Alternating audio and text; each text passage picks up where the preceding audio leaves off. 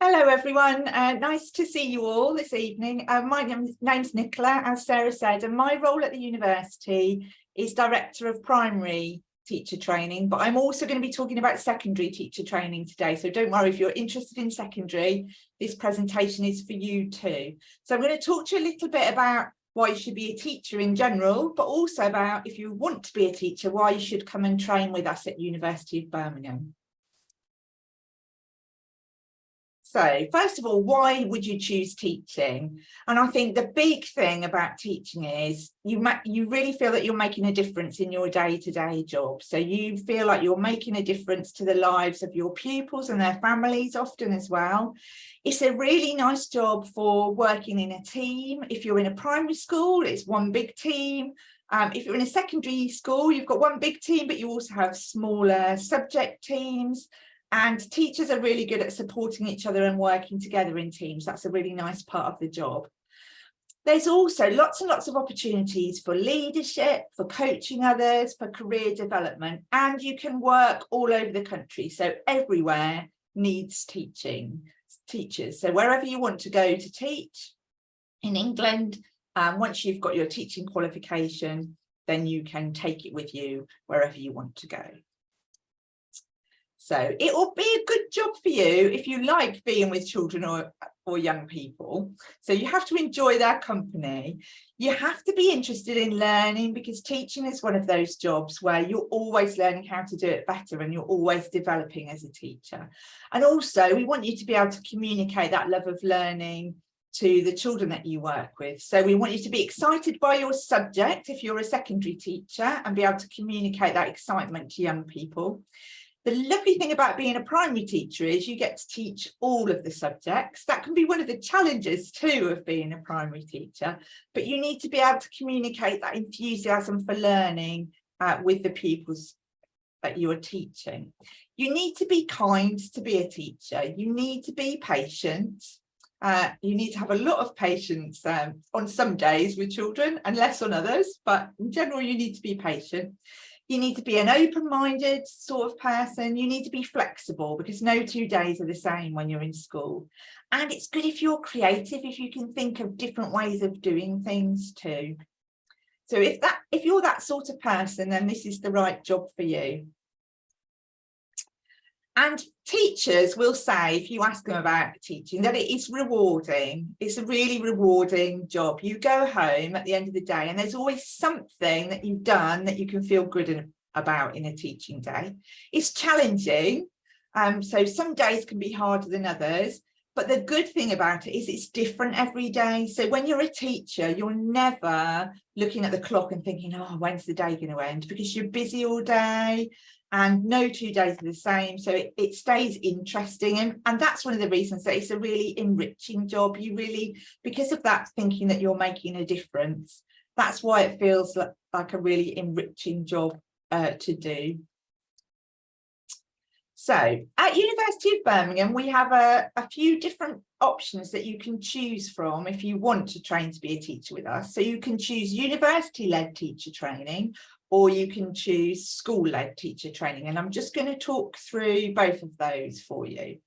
So if you want to train to be a primary teacher or a secondary teacher, and you choose to apply for our university-led teacher training, that will be a PG DIPAD for most courses on university-led teacher training. You'll spend about 120 days in the classroom on a university-led teacher training route, and then around 7 to 8 weeks on campus. So that will be split up, your 7 to 8 weeks when you're on campus over the course of the academic year, but that's what the balance is between time on campus and time in the classroom. If you study for a PG DIPAD or a PGDE, then you will have 120 master's credits.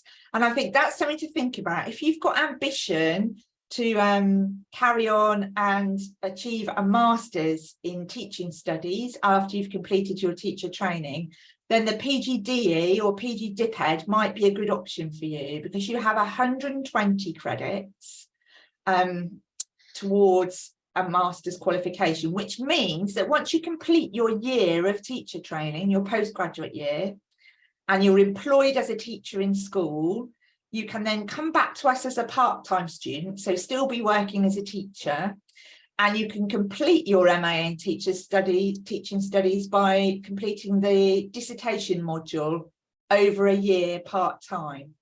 So if you've got ambitions towards achieving a master's, the PGDE might be a good route for you. Our course, in terms of our courses that are university-led, have a very research-intensive focus. So we're really lucky here in the School of Education that we can draw on our colleagues in other departments. So we'll work in the Department of Teacher Education, those of us who are academics working on teacher training courses. We also carry out our own research. So for example, in primary at the moment, we're carrying out a research project looking into what is effective mentoring. So once you're out in school training to be a teacher, you have a mentor who works with you in the classroom, and we're looking at what are the things that mentors do that help trainee teachers. So we're able to use that research to feed back into the course. But also we have colleagues in other departments, so the Department of Inclusion and Special Needs and the Department of Education and Social Justice, who can come and talk to our trainees about their research. So for example, I know that the secondary students this week have had a lecture from researchers in the Jubilee Centre who are looking at carrots for education, and they've been able to talk to secondary students about that. And primary students next week are going to be having a lecture from a specialist in the Department of Inclusion and Special Needs on how to work with children in autism. So we're able to draw on the expertise of researchers across the School of Education to contribute towards our courses, so that our trainee teachers hear about the very latest research. So that's a really important part of our university-led teacher training. You may prefer to look at school-led teacher training. So if you're thinking, actually, I want to be spending more time in school and a little bit less time on campus, then the school-led teacher training route might be for you. You'll still have 120 days in the classroom teaching, but around 7 to 8 weeks of the school-based of your training will be either school-based training or will be on the university campus, depending on what route you choose. So for example, you can choose school-led teacher training on the secondary course, which is still a PGDE, and all of your lectures will still take place on campus for that, but you'll have a little bit extra time in school at the beginning and the end of the school year, and your placements will be arranged by your lead school, and you will also be able to benefit from any training that's going on within the school. So if it's any continuous professional development, that is that all of the school participate in that. If you're a primary student, you can either apply for the PG Dip Ed School Direct course, which is where again you have all your teaching input at university, but you have 2 extra weeks in school, and you also have the opportunity to take part in extra training put on by your lead school.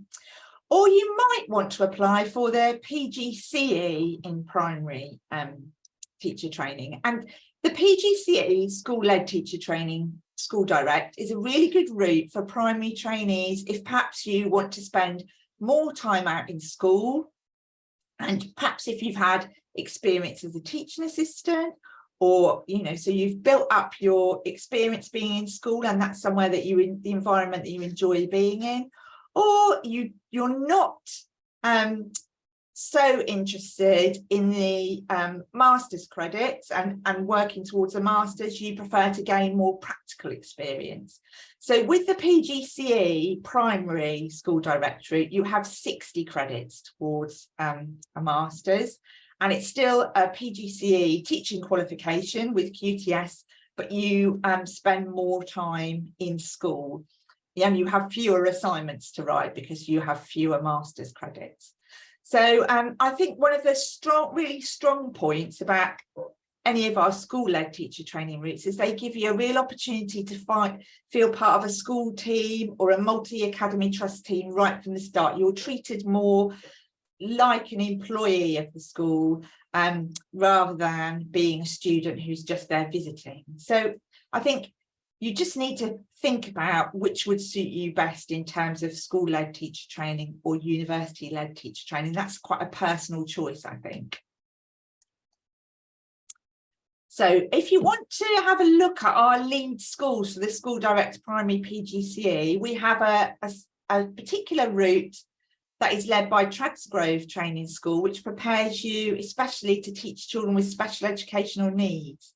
So if you're wanting to apply for primary teacher training and you've got a particular interest in working with children with special educational needs, then that is a really good route for you to look at. We also work with Hales Valley Teaching Hub, who are based in Halesowen, with Elston Hall and St Bartholomew's National Teaching School Alliance, who are based more towards Wolverhampton, Manor Primary School, who are in Wolverhampton too, and the Woodrush Training Consortium. So Woodrush is based in Worcestershire. So if you're interested in School Direct Primary PGCE, then I'd have a look at those lead schools and think about which one would suit you best. So in terms of if you're eligible to apply, we accept applicants from new graduates and from career changes. So don't worry if it's been a while since you graduated, we'd still love to hear from you. If you're applying for secondary teacher training, you must have Maths and English GCSE at least 4+, or under the old grading system, that would be C or above, or the equivalent, be at the point of application. That's the same for primary applicants, but primary applicants also need to have a science GCSE at 4+ or equivalent. That can be a condition of your offer. So you can apply for primary teacher training if you've got your Maths and English GCSE, but not your science yet. But you'll need to have a plan to make sure you've got the science GCSE or equivalent before you start the course, because that will be a condition of your offer. You need to have at least a 2-2 in your degree. And if you're applying for a secondary course, then that needs to be a degree that's relevant to the subject you want to be teaching. And then before you are able to start the course, there will be some conditions of your offer, which will include having a DBS check. That's disclosure and barring service. So that's a criminal records check, and a health check to make sure that you are fit and healthy to teach, because you need to be healthy to be a teacher, because it's quite a surprisingly physically demanding job, because a lot of the time you're on your feet all day, you're in school with lots of children, keeping busy. So we need to make sure that you're healthy and ready to start. So in terms of what we're looking for when you write your personal statement, don't worry if you haven't had any experience of working in schools, because that's, if you have had experience of working in schools, then that's great, and please do write about it in your application. But we accept applications from people who haven't had that experience. What we're looking for is applicants who are aware of what goes on in schools and what the role of a teacher might be in school. We want you to be motivated. So I always say to my students, if you want to be a teacher, you've got to show that you're bothered. You need to be bothered about working with children and wanting to do the best possible for them. So we think that teaching is a really responsible job. You've got that responsibility towards the children and families you're working with. So you need to be the sort of person who cares about your job and who wants to do the best job possible. So you need to be ethical, because you need to be able to make the right sort of ethical decisions when working with children. You need to be resilient, because every day is not the same in school, and sometimes things don't go quite as well as you wanted them to, and you need to be able to pick yourself up and keep going when sometimes you have difficult days. And also, it's quite a demanding course doing teacher training, so you need to be able to carry yourself through that course. You need to be committed. So doing teacher training and being a teacher are not the sort of jobs you can do if you're not really bothered about it, because there are too many different things to think about for that. So you need to know that you want to be a teacher.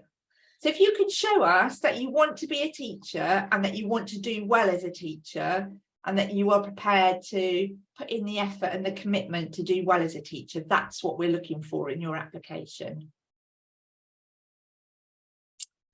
So when you do apply on DFE Apply, here are some things to think about. First of all, check your personal statement really carefully, because sometimes we have to reject candidates because they've got too many mistakes in punctuation or grammar and spelling in their application. If you know that you haven't got a very good eye for detail and you're not very good at checking these sorts of things, get someone else to check it before you submit your application. It's a good idea to write your personal statement and then leave it for a couple of days and then come back to it, because you often don't see your own mistakes if you've made any. So check your personal statement really carefully. Show in your personal statement that you're committed to teaching as a career. So tell us about why you want to be a teacher and why you think it's important. Show that you understand what's being involved. So occasionally we have had applicants who say they want to be a teacher because they know that they get lots of holidays. I'm not going to lie, that is one of the nice things about being a teacher, is you have set times in the year when you know that you don't have to be at work. But actually it's a bit of a myth that teachers spend 6 weeks in the summer not doing anything. There's lots of work that goes on during holidays, so you're not spending all of that time with your feet up and not working. There's planning and preparation and so on that goes on in the holidays too. And similarly, children are only at school from 9 o'clock in the morning till about 3:30 or maybe 4 o'clock, but teachers are there for longer. So you just need to show a bit of awareness of that kind of thing. Highlight any particular strengths in your subject knowledge. So if you're applying for secondary, show us why you'd be a really good English teacher, why you would be a really good history teacher, why you would be a really good chemistry teacher. If you're applying for primary, show us how your academic career so far, so your degree subject, your A-level subjects if you did A-levels, your BTEC if you did a BTEC, your GCSEs even if you did particularly well, how that will prepare you for teaching all of the subjects in primary. So if you want to be a primary teacher, one thing I'd recommend you do before you apply is have a look at your at the national curriculum. If you just Google national curriculum for primary, then you'll be able to see what subjects you need to know about. So show how your degree is relevant to your chosen phase or subject and what your particular strengths are. And be positive about schools and education. So you need to be a little bit careful with this one, because we know that some people want to be teachers because they didn't always have the best experience themselves at school and they want to change that. And that's totally fair enough if that's your reason for wanting to be a teacher, but just be careful about how you write that if you're going to include something about your own experience in a personal statement.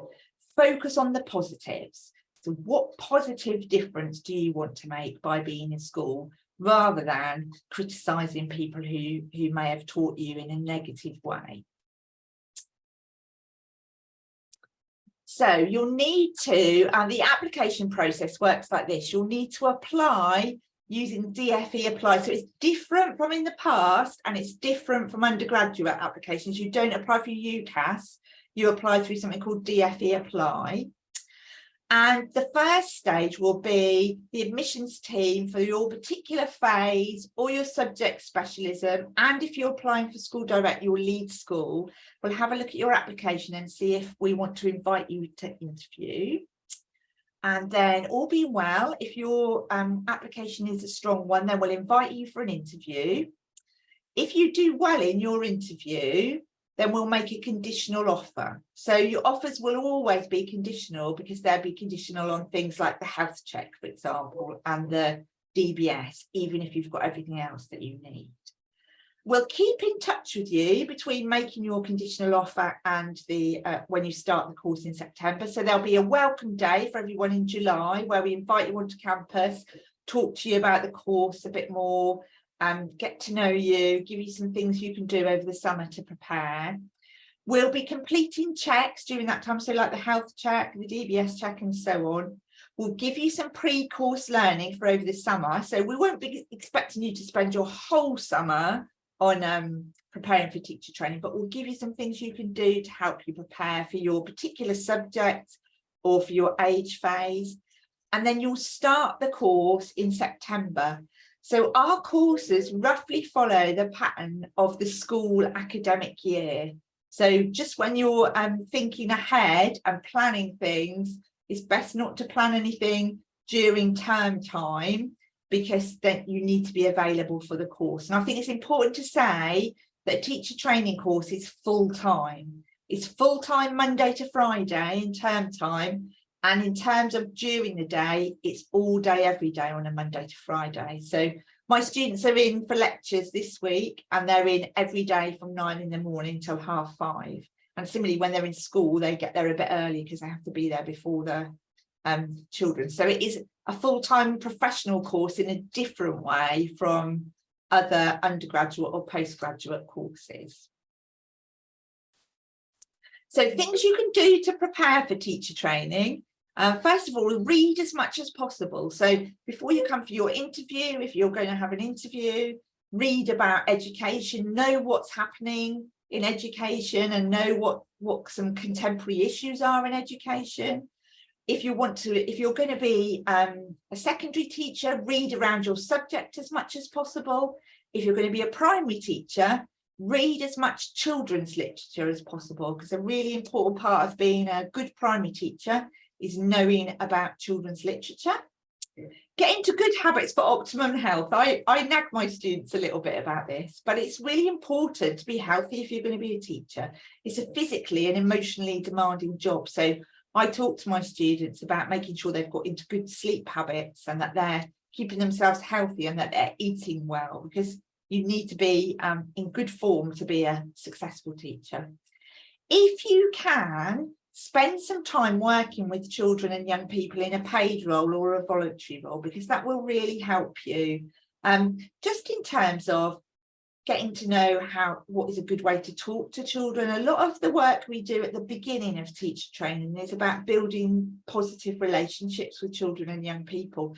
The more experience you've got of being with children and young people and knowing how to talk to them, the better. So it doesn't necessarily have to be in a school. If you're lucky enough to have contact with a school and you can get voluntary work in a school, then that's great. But if not, think about voluntary organisations, things like cadets, or church groups, or other religious groups, or brownies, Cubs and Scouts, all that kind of thing. Sports groups, if you know any sports groups that work with children and young people. See if you can get to spend time, or even if you know people, family or friends with children or young people, I'm sure they won't mind if you offer to do some childminding in the holidays at some point, and get to spend some time with children and young people. And get organised. So if you're not a naturally organised person, start thinking about how you will organise your time, because that's a key skill in being a good teacher. So before teacher training, it's good to think about how will you organise your workspace when you're at home. Where are you going to write your assignments? Where are you going to do your planning? How are you going to organise your notes? All those kind of things. So being organised is a key skill for being a teacher. So that's everything that I want to say to you about why you should be a teacher, and why you might consider coming to train to teach with us at University of Birmingham.